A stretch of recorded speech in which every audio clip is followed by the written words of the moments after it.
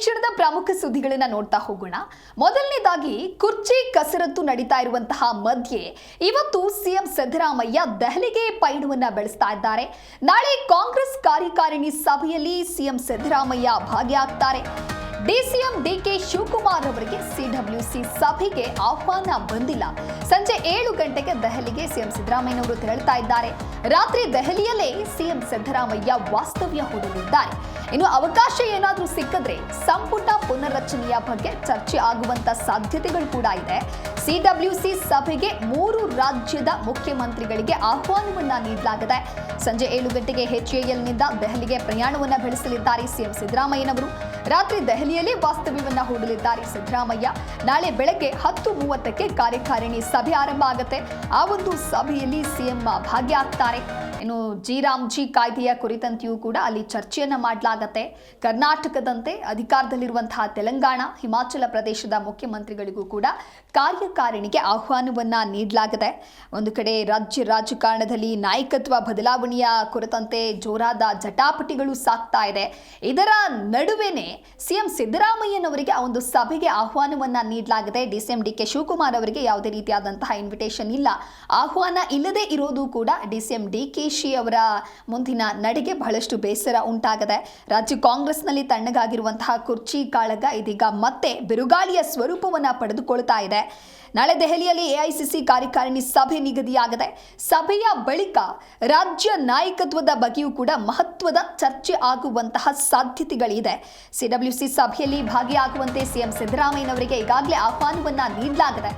ದೆಹಲಿ ಭೇಟಿಯ ವೇಳೆ ರಾಹುಲ್ ಗಾಂಧಿಯ ಜೊತೆಗೆ ಸಿಎಂ ಸಿದ್ದರಾಮಯ್ಯನವರು ಚರ್ಚೆಯನ್ನ ನಡೆಸುವಂತಹ ಎಲ್ಲ ಸಾಧ್ಯತೆಗಳು ಕೂಡ ಇದೆ.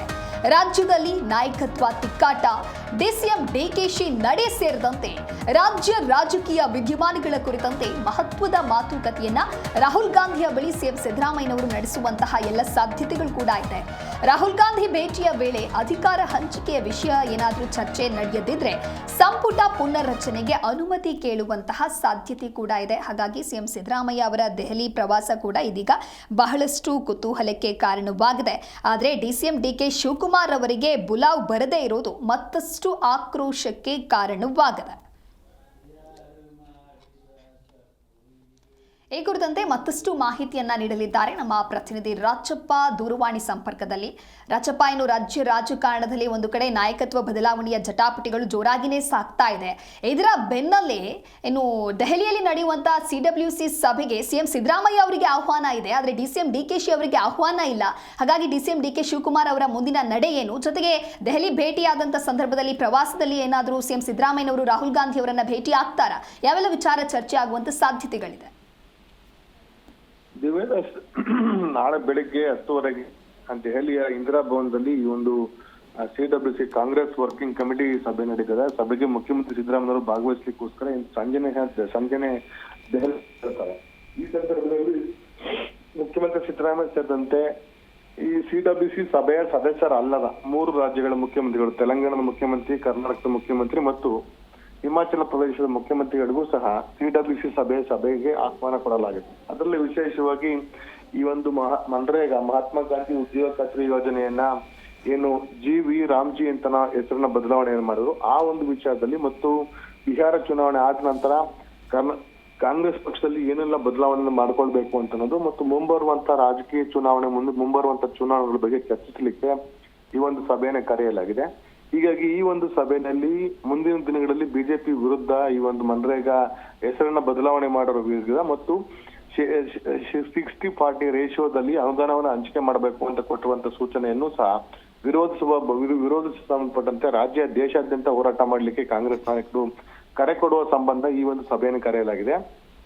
ಈ ಸಭೆಯ ಬಳಿಕ ರಾಜ್ಯ ರಾಜಕಾರಣದ ಬಗ್ಗೆನೂ ಸಹ ಚರ್ಚಿಸುವಂತ ಸಾಧ್ಯತೆ ಇದೆ ಅಂತ ಮಾಹಿತಿ ಇದೆ. ಒಂದು ವೇಳೆ ಸಾಧ್ಯವಾದ್ರೆ ಕಾಂಗ್ರೆಸ್ ವರ್ಕಿಂಗ್ ಕಮಿಟಿ ಸಭೆಯಲ್ಲಿ ಕರ್ನಾಟಕ ರಾಜ್ಯದ ರಾಜಕಾರಣದ ಬಗ್ಗೆ ವಿಷಯನ ಪ್ರಸ್ತಾಪಿಸಿ ಆದಷ್ಟು ಶೀಘ್ರವಾಗಿ ಇದನ್ನ ಒಂದು ಇತ್ಯರ್ಥನ ಮಾಡಬೇಕು ಅಂತ ಮನವಿಯನ್ನ ಮುಖ್ಯಮಂತ್ರಿ ಇರ್ಬೋದು ಅಥವಾ ಬೇರೆ ನಾಯಕರುಗಳು ಪ್ರಸ್ತಾಪಿಸುವಂತ ಸಾಧ್ಯತೆ. ಯಾಕಂದ್ರೆ ಕರ್ನಾಟಕದಿಂದ ಮಾಜಿ ಉಪಮುಖ್ಯಮಂತ್ರಿ, ಅದೇ ರೀತಿ ಹಾಲಿ ಗೃಹ ಸಚಿವ ಪರಮೇಶ್ವರ್ ಇರ್ಬೋದು ಮತ್ತು BK ಹರಿಪ್ರಸಾದ್ ಸೇರಿದಂತೆ ರಾಜ್ಯಸಭಾ ಸದಸ್ಯ ನಾಸೀರ್ ಹುಸೇನ್ ಸೇರಿದಂತೆ ಸುಮಾರು 4-5 ಜನ ಈ ಒಂದು ವರ್ಕಿಂಗ್ ಕಮಿಟಿ ಸದಸ್ಯರಾಗಿದ್ದಾರೆ. ಹಾಗಾಗಿ ಆ ಒಂದು ವಿಚಾರದಲ್ಲಿ ವೀರಪ್ಪ ಮೊಯ್ಲಿ ಅವರು ಇರ್ಬೋದು ಅಥವಾ ಪರಮೇಶ್ವರ್ ಇರ್ಬೋದು ಯಾರಾದ್ರೂ ಸಹ ಸಭೆಯಲ್ಲಿ ಪ್ರಸ್ತಾಪ ಮಾಡಿದ್ದಲ್ಲಿ ಅದನ್ನ ಚರ್ಚೆಗೆ ಕೈಗೆತ್ತಿಕೊಳ್ಳುವಂತ ಸಾಧ್ಯತೆ ಇದೆ.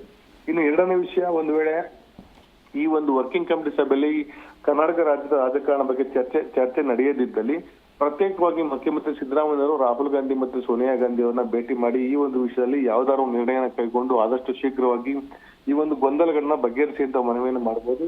ಈಗ ಅಧ್ಯಕ್ಷ ಮಲ್ಲಿಕಾರ್ಜುನ್ ಖರ್ಗೆ ಅವರು ರಾಜ್ಯ ನಾಯಕರು ಇದನ್ನ ಬಗೆಹರಿಸಿಕೊಳ್ಬೇಕು ಅಂತಿರೋದಿಲ್ಲ ಮೊನ್ನೆ ಸಲಹೆಯನ್ನ ಕೊಟ್ಟಿದ್ರು. ಆದ್ರೆ ಇದು ಇತ್ಯರ್ಥ ಆಗದ ಕಾರಣಕ್ಕೋಸ್ಕರ ರಾಹುಲ್ ಗಾಂಧಿ ತನಕನೂ ಸಹ ಈ ಒಂದು ವಿಷಯವನ್ನ ಮುಖ್ಯಮಂತ್ರಿಗಳು ಎಳೆದು ತಂದಿದ್ರು. ಹೀಗಾಗಿ ರಾಹುಲ್ ಗಾಂಧಿ ಈ ಒಂದು ವಿಷಯದಲ್ಲಿ ಸ್ಪಷ್ಟನೆಯನ್ನು ಕೊಡಬೇಕು ಅಥವಾ ಯಾವುದೇ ಸೂಚನೆಯನ್ನು ಕೊಟ್ಟು ರಾಜ್ಯದಲ್ಲಿ ನಡೆಸಿರುವಂತ ರಾಜಕೀಯ ಗೊಂದಲಕ್ಕೆ ತೆರೆ ಎಳೆಯಬೇಕು ಅಂತ ಅನ್ನೋದು. ಎರಡನೇ ವಿಷಯ, ಅಧಿಕಾರ ಹಂಚಿಕೆ ಸೂತ್ರ ಪ್ರಕಾರ ರಾಜ್ಯದಲ್ಲಿ ಅಧಿಕಾರ ಹಂಚಿಕೆ ನಡೆಯದಿದ್ದಲ್ಲಿ ಸಚಿವ ಸಂಪುಟ ಪುನರ್ರಚನೆಗೆ ಅನುಮತಿನ ಕೊಡಿ ಅಂತ ಮುಖ್ಯಮಂತ್ರಿಗಳು ರಾಹುಲ್ ಗಾಂಧಿ ಅವರನ್ನ ಸಂಪುಟಕ್ಕೆ ಪುನರ್ರಚನೆಗೆ ಅನುಮತಿಯನ್ನು ಪಡ್ಕೊಳ್ಬಹುದು. ಇವೆರಡು ವಿಷಯಗಳು ಮಹತ್ವವನ್ನು ಪಡ್ಕೊಂಡಿದೆ. ಹೀಗಾಗಿ ಈ ಒಂದು CWC ಸಭೆಯ ಒಂದು ಹಿನ್ನೆಲೆಯಲ್ಲಿ ಮುಖ್ಯಮಂತ್ರಿಗಳು ದೆಹಲಿ ತೆರಳುತ್ತಾರೆ. ಆದ್ರೆ DCM DK ಶಿವಕುಮಾರ್ಗೆ ಈ ಒಂದು ಸಭೆಗೆ ಆಹ್ವಾನ ಇಲ್ಲ. ಆದ್ರೆ DCM ಸಹ ಬೇರೆ ಬೇರೆ ಕಾರಣಗಳನ್ನ ಇಟ್ಕೊಂಡು ದೆಹಲಿಗೆ ತೆರಳುವಂತ ಸಾಧ್ಯತೆ ಇದೆ. ಮತ್ತು ಈಗಾಗಲೇ ರಾಜಕೀಯ ನಾಯಕರ ಭೇಟಿ ಮಾಡಿಕೊಂಡು ಮಲ್ಲಿಕಾರ್ಜುನ್ ಖರ್ಗೆ ಇರ್ಬೋದು ಅಥವಾ AICCಯ ಕಾರ್ಯಕಾರಿಣಿ ಸದಸ್ಯರನ್ನ ಭೇಟಿ ಮಾಡಿ ಈ ಒಂದು ವಿಚಾರವನ್ನ ಪ್ರಸ್ತಾಪ ಮಾಡಿ CWC ಸಭೆ ಮುಂದೆ ಅಂತ ಅನ್ನೋದನ್ನ DCM ಅವರು ಒತ್ತಡ ಇರುವಂತ ಒಂದು ಕೆಲಸವನ್ನು ಮಾಡಿದ್ದಾರೆ. ಹೀಗಾಗಿ ಅಲ್ಲಿ ಒಂದು ವೇಳೆ ಚರ್ಚೆಯನ್ನು ಆಗಿದ್ದೇ ಆದಲ್ಲಿ DCM DK ಶಿವಕುಮಾರ್ ಅವರು ಸಹ ದೆಹಲಿಗೆ ಬುಲಾವ್ ನೀಡುವಂತ ಸಾಧ್ಯತೆ ಇದೆ. ಹೀಗಾಗಿ ಈ ಒಂದು ನಾಳೆ ದೆಹಲಿ ನಡೆಯುವಂತ CWC ಸಭೆ ರಾಜ್ಯ ರಾಜಕಾರಣಕ್ಕೆ ಒಂದಿಷ್ಟು ಸ್ಪಷ್ಟ ದಿಕ್ಕುದಶೆಗಳನ್ನ ತೋರಿಸುವಂತ ಸಾಧ್ಯತೆ ಇದೆ ಮತ್ತು ಈಗಿರುವಂತ ಗೊಂದಲಗಳನ್ನ ಆದಷ್ಟು ಬೇಗ ಬಗೆಹರಿಸುವಂತ ಸಾಧ್ಯತೆ ಇದೆ. ಒಂದು ವೇಳೆ ಅಧಿಕಾರ ಹಂಚಿಕೆ ಸೂತ್ರ ಪ್ರಕಾರ ಅದು ಕಾರ್ಯಕಾರಿಣಿಯಲ್ಲಿ ಇದು ಚರ್ಚೆ ಆಗದಿದ್ದಲ್ಲಿ ಸಚಿವ ಸಂಪುಟ ಮುಖ್ಯಮಂತ್ರಿಗಳು ಅನುಮತಿ ಪಡೆದಿದ್ದೇ ಆದಲ್ಲಿ ಒಂದ್ ರೀತಿ ಸಿದ್ದರಾಮಯ್ಯವರು ಮೇಲುಗೈ ಸಾಧಿಸಬಹುದು. ಆಗ DCM DK ಶಿವಕುಮಾರ್ ಪ್ರಯತ್ನ ಎಲ್ಲವೂ ಸಹ ವಿಫಲ ಆಗ್ಬಹುದು. ಹೀಗಾಗಿ ಇವೆರಡೂ ವಿಚಾರಗಳಲ್ಲಿ ಯಾವ ವಿಷಯಕ್ಕೆ AICCನ ಹಂತದಲ್ಲಿ ತೀರ್ಮಾನ ಆಗುತ್ತೆ ಮತ್ತು ರಾಹುಲ್ ಗಾಂಧಿ ಅನುಮತಿಯನ್ನು ಕೊಡ್ತಾರೆ ಅಂತ ಅನ್ನೋದು ಮಹತ್ವ ಪಡ್ಕೊಂಡಿದೆ. ದಿವ್ಯದಾಸ್. ಓಕೆ, ಥ್ಯಾಂಕ್ ಯು ರಾಜಪ್ಪ ನಿಮ್ಮೆಲ್ಲ ಮಾಹಿತಿಗಾಗಿ.